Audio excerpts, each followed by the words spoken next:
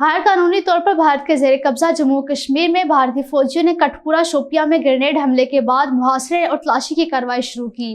کپواڑہ کے علاقے ہندوارہ میں گھروں پر چھاپوں کے دوران جموں کشمیر مسلم لیگ کے رکن ارشاد احمد سمیت درجنوں نوجوانوں کو بھی گرفتار کیا گیا۔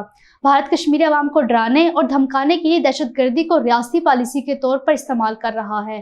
مودی حکومت نے کشمیری عوام کے جذبہ آزادی کو دبانے کے لیے فوجی طاقت کا ناجائز استعمال کرتے ہوئے ان کے خلاف جنگ چھیڑ رکھی ہے۔ کشمیری نوجوانوں کو جعلی مقابلوں میں قتل کرنا روز کا معمول بن چکا ہے، جبکہ دنیا کی مجرمانہ خاموشی مقبوضہ جموں کشمیر میں بھارتی جبر کی مزید حوصلہ افزائی کا باعث بن رہی ہے۔ جموں میں بوسیدہ حالت میں 6 لاشیں برآمد ہونے کے بعد علاقے میں خوف و ہراس پھیل گیا ہے۔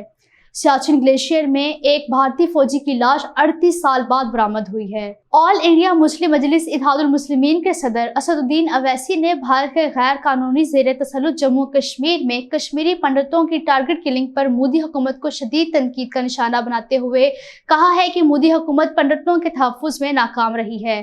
انہوں نے بلقیس بانو اجتماعی آبروریزی کیس کے عمر قید کی سزا کاٹنے والے 11 مجرموں کی رہائی کے فیصلے کو بھارت میں خواتین کی آبروریزی کرنے والوں کو کھلی چھوٹ دینے کے مترادف قرار دیا۔